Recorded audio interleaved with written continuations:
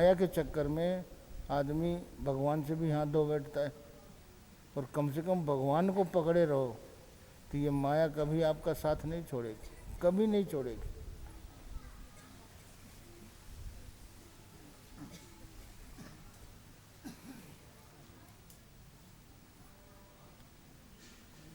आदमी भक्ति भी बहुत जल्दी चाहता है, मुक्ति भी बहुत जल्दी चाहता है, कृपा भी बहुत जल्दी चाहता है।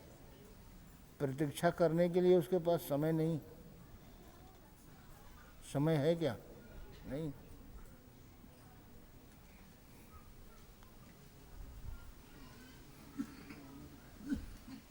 अभी तुरंत कुछ मिलना है तो मिल जाना चाहिए।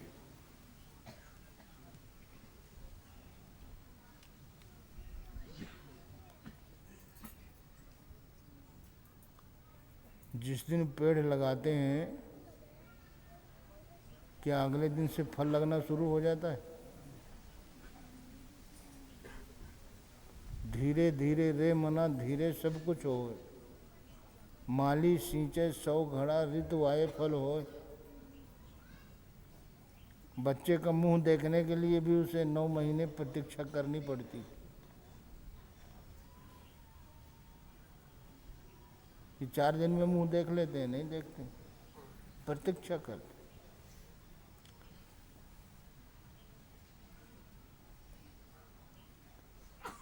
आदमी संतुष्ट रहे और सही गलत का उसको भान हो। ये भान हमें नहीं है। हमें तो जो परंपराएं, देखिए जैसे माँ बाप प्रॉपर्टी छोड़ जाते हैं, संपत्ति छोड़ जाते हैं और उसके साथ साथ कुछ परंपराएं भी छोड़ जाते हैं, कुछ कुरीतियाँ भी छोड़ जाते हैं। हम उनको पकड़े रहते हैं। और अगर कोई कहे कि ये गलत है, अगर किसी बच्चे ने बचपन से ही उल्टी घड़ी देखी है और आप सीधा कर दो उसको तो वो लड़ जाएगा। अरे ऐसे कैसे? बचपन से इसको हमने ऐसे ही देखा है। हमारे पूर्वज क्या बेवकूफ़ थे?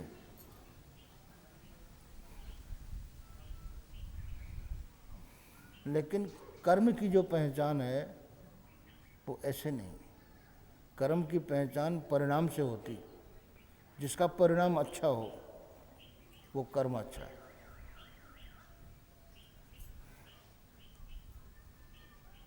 हम जो रात दिन कर रहे हैं उसका परिणाम क्या है?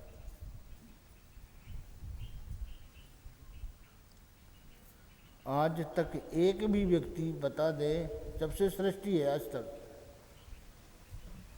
कि मंदिर, मस्जिद, तीर्थ, मजार, कहीं से उसको मार्ग मिला हो। ये हमारे श्रद्धा के केंद्र हैं। श्रद्धा को जीवित रखने का एक तरीका है। हमारे महापुरुषों ने जो इनकी स्थापना की थी उसके पीछे एक कारण था कि मनुष्य की श्रद्धा भटके ना, एक जगह एक स्थिर रहे। ये पृथ्वी में जितने भी तीर्थ हैं आप सबका बारी बारी से भ्रमण करो, लेकिन भ्रमण करने से पहले देखो कि मेरे अंदर काम, क्रोध, लोभ, मोह कितना है, चालाकी कितनी है, बेईमानी कितनी है, सब कुछ देखो।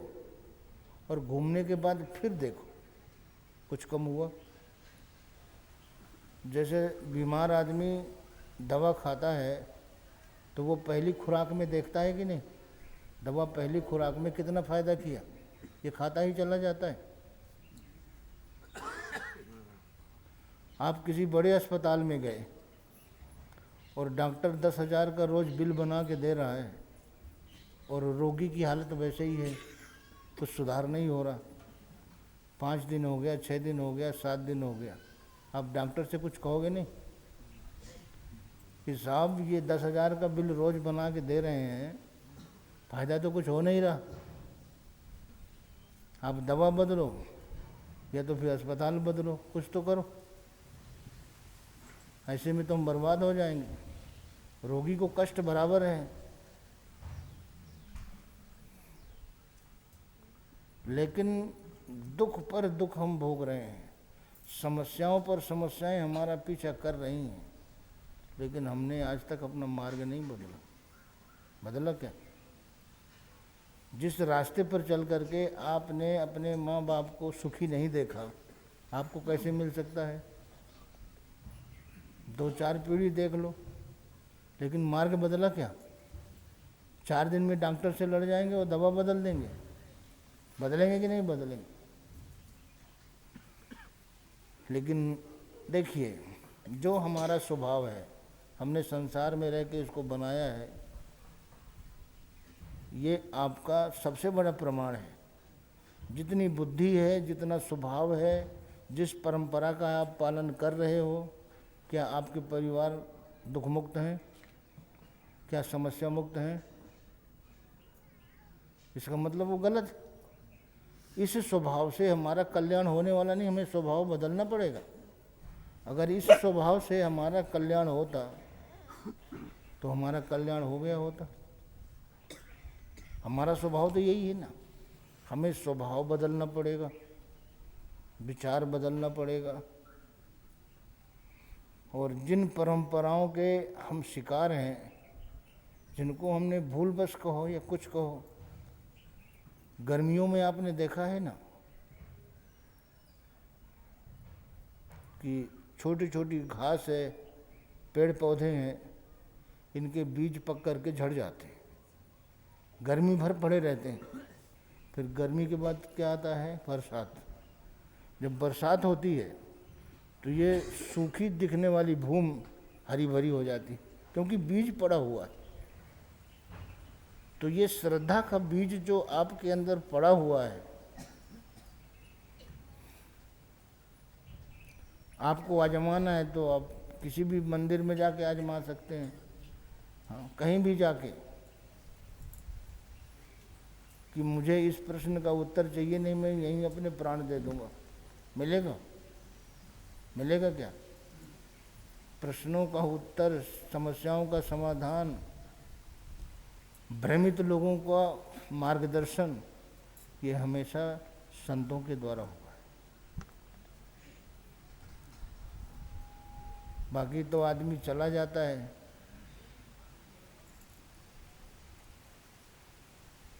फिर जाता है, बार बार जाता है, लेकिन समस्याएं तो अपनी जगह पे हैं। एक भी परिवार ऐसा बताओ जिसमें समस्या नहीं है। तो अगर समस्याओं से छूटने का उपाय उनके पास होता तो आज हर व्यक्ति, हर परिवार, हर समाज, हर देश समस्या मुक्त होता। किसी भी राष्ट्रपति से पूछो, प्रधानमंत्री से पूछो कि आप अपने देश में समस्याएं चाहते हो क्या? फिर भी समस्याएं हैं। किसी व्यक्ति से पूछो, आप अपने परिवार में समस्याएं चाहते हैं क्या? फिर भी समस्याएं हैं। क्यों हैं? क्योंकि उनका समाधान हमें नहीं मिला, रास्ता नहीं मिला। कैसे उन समस्याओं से हम छूटते हैं? और जो बताने वाले थे पहले भी, आज भी हैं, वहाँ से हम किनारा करके बैठे हैं। बैठे हैं कि नहीं? अरे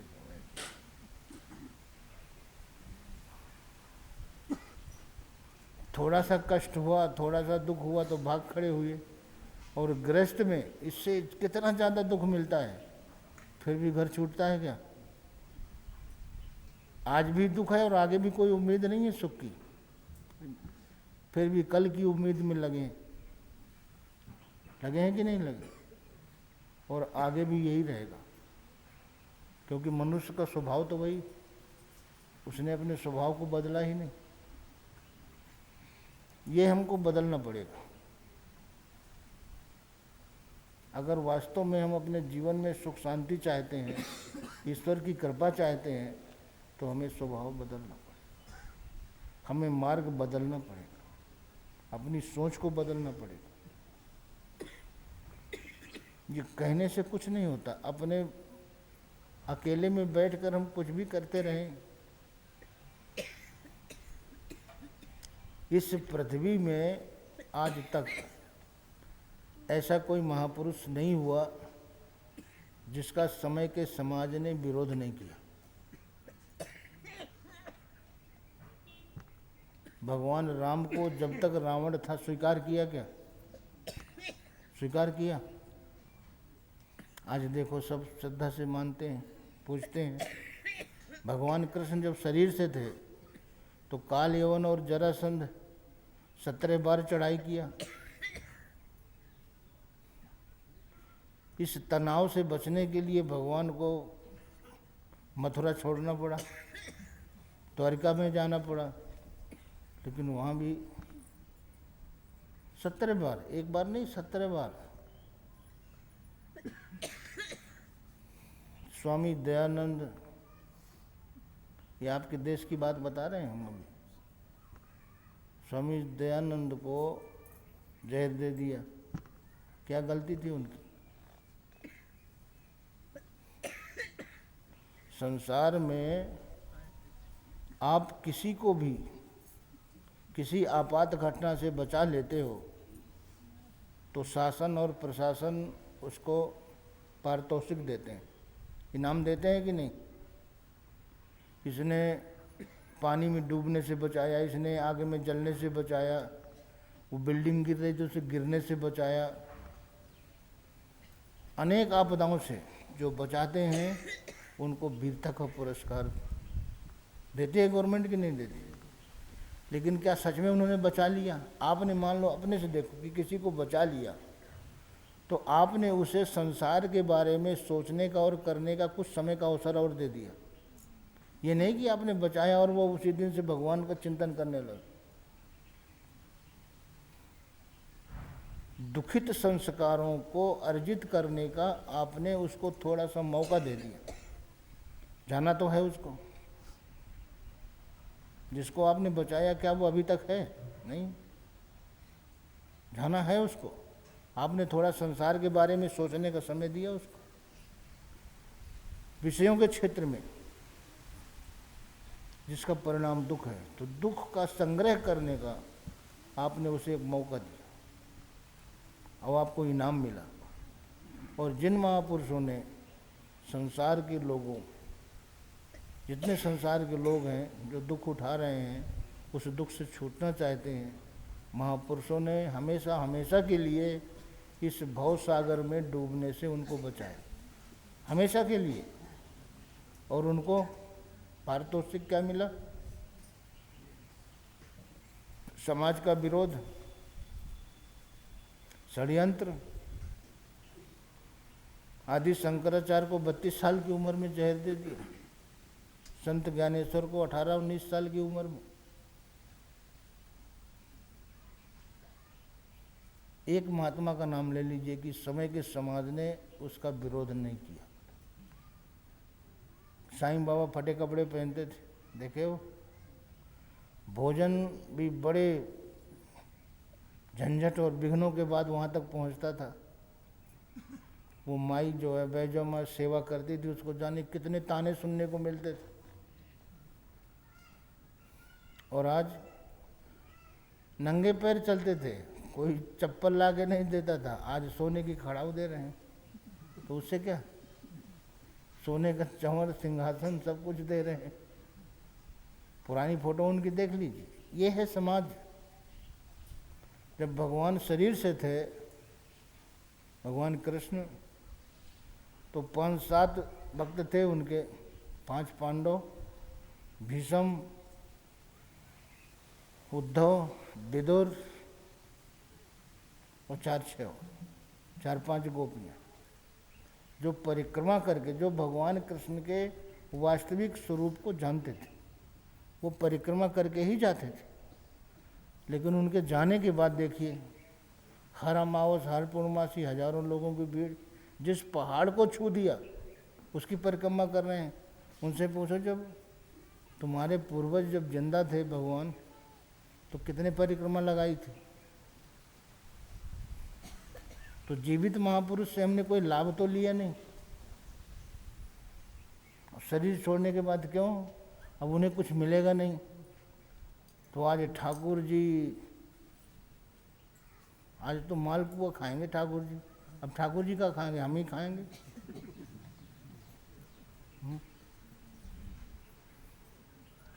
ओके, घनन घनन घंटा बाजे, ढाप दिए ढपना, और ठाकुर जी का भोग लगा के रपट दिए अपना।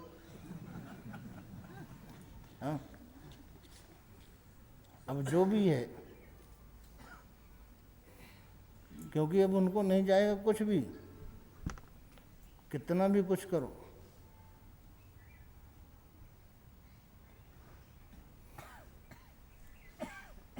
भाई उनके समय में उनको खिलाते, हमारा ये था। अब चाहे सोने का मंदिर बनाओ उनका, उनसे क्या मतलब है। जीते जी बनवाते तो रहते, जीते जी बढ़िया खिलाते तो खाते। अब जाने के बाद, अरे फलाने भगत ने 5 किलो का चांदी का घंटा चढ़ाया, 50 किलो का सोने का सिंहासन चढ़ाया, क्या मतलब।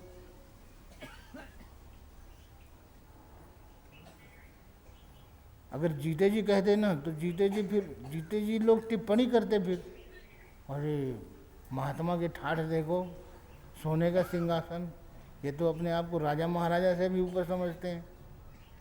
जीते जी तो ये बुराई करते, वो चले गए तो पूजा करने वाले को सब मिलेगा, मिलेगा किसको मिलेगा वो।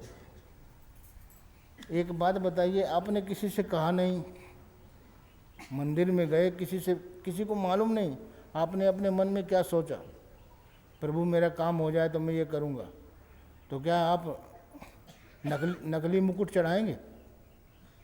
किसी को पता नहीं, आप मत चढ़ाओ। लेकिन वो भगत नकली नहीं। अब वो लोग क्या करते हैं, उतने ही किलो का नकली सामान बनवा करके उसको वहाँ रख देते हैं, क्योंकि रजिस्टर में गिनती पूरी होना चाहिए, और असली वाला घर में रहेगा। क्योंकि हम ही तो करता धरता है, हम खाना देते हैं, व्यवस्था करते हैं, तो मेहनत तो हमको भी करते हैं ना, तो मेहनत का फल तो चाहिए। अभी राम मंदिर के लिए अभी तक झगड़ा रहा कि नहीं रहा। अब देखना पुजारिन के लिए झगड़ा होगा, मेरा आदमी पुजारी बनेगा, मेरा बनेगा, वो कहेगा नहीं मेरे ग्रुप का रहेगा। बोले ठीक है, फिर 15 दिन तुम पूजा करना, 15 दिन हम करेंगे, और समझौता तो करेंगे। हाँ, झगड़ा ज़्यादा दिन तो नहीं चलाएंगे, लेकिन झगड़ा बरकरार रहेगा।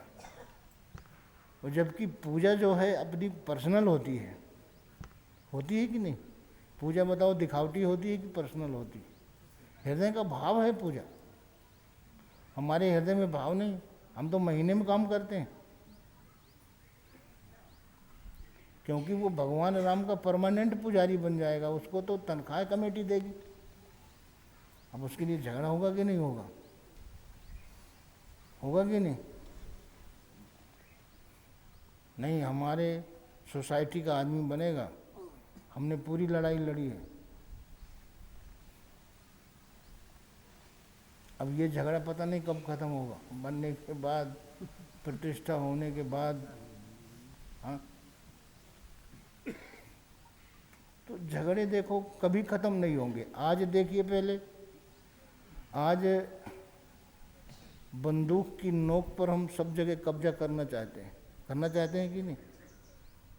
आतंकवादी और क्या कर रहे हैं? लेकिन उनसे पूछिए कि अगर पूरे विश्व में आपकी हुकूमत हो जाए तो क्या सबको सुख शांति मिल जाएगी? उद्देश्य तो हमारा सुख शांति है ना। तो अच्छी शिक्षा के अभाव में ये सब हो रहा है कि नहीं हो रहा? अगर इनको सही शिक्षा मिल जाए कि देखो, आपसे पहले भी जितने सिर फिरे हुए हैं अपनी सीमाओं को बढ़ाने वाले, क्या वो सीमाएं आज अपनी जगह पे हैं? भारत की सीमाएं कहाँ तक थी? क्या वो हैं क्या? सिकंदर की सीमाएं कहाँ तक थी? नेपोलियन की सीमाएं कहाँ तक थी? और उन सीमाओं को बढ़ाने के लिए उन्होंने कितने निर्दोष खून बहाए। आज का समाज उनको अच्छा कह सकता है क्या? कहेगा कोई अच्छा कि उन्होंने अच्छे काम किए? तो सीमाएं कभी सुरक्षित नहीं हैं। आज सीमाएं बढ़ा लो, कल कमज़ोर पड़ोगे तो सीमाएं चली जाएंगी। चली गई कि नहीं चली गई? इसलिए मनुष्य सोचता नहीं। एक परिवार का, हम कहते हैं कि एक परिवार, ये तो बहुत बड़ी संस्था, एक जाति बहुत बड़ी है। एक परिवार का पूरे विश्व में साम्राज्य हो जाए तब भी झगड़ा खत्म नहीं होगा। बताओ, एक माँ बाप के लड़के लड़ते हैं आपस में कि नहीं लड़ते हैं? झगड़ा कहाँ खत्म होगा? क्योंकि झगड़ा खत्म करने का मार्ग हमको मिला ही नहीं। हम उन सब बातों से बहुत दूर हैं। बताओ, कौन ऐसा परिवार है जिसमें झगड़ा नहीं है? पति पत्नी में महीनों बोलचाल बंद रहता है। क्यों? किस बात को लेकर? संसार की वस्तु। हमेशा जब भी झगड़े होंगे संसार की वस्तु को लेकर। ईश्वर में कहीं झगड़ा नहीं होता।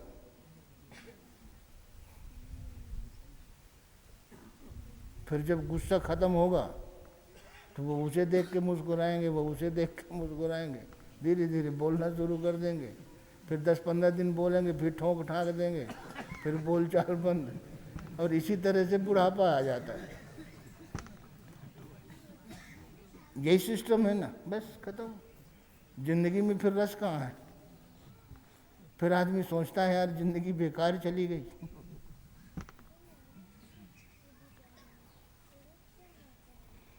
इसलिए समझना चाहिए। क्यों?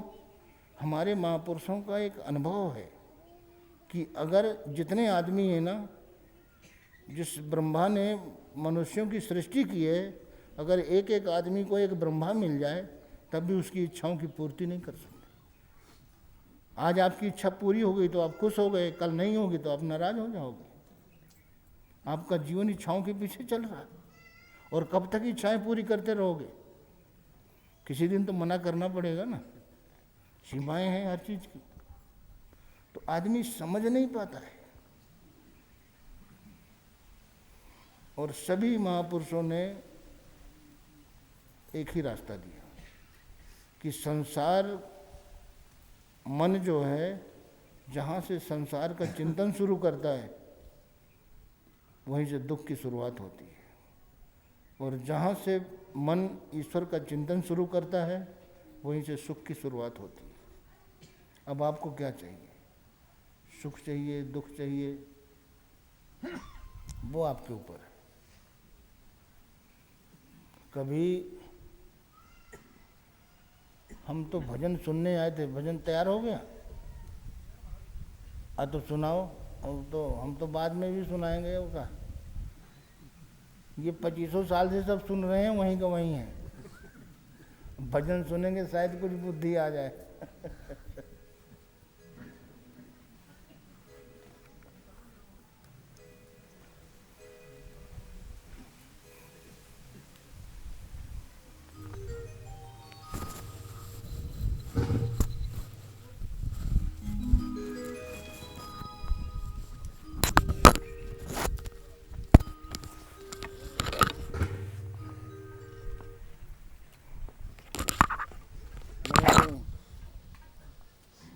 भजन भजन जहाँ हो रहा वहीं लगा दो।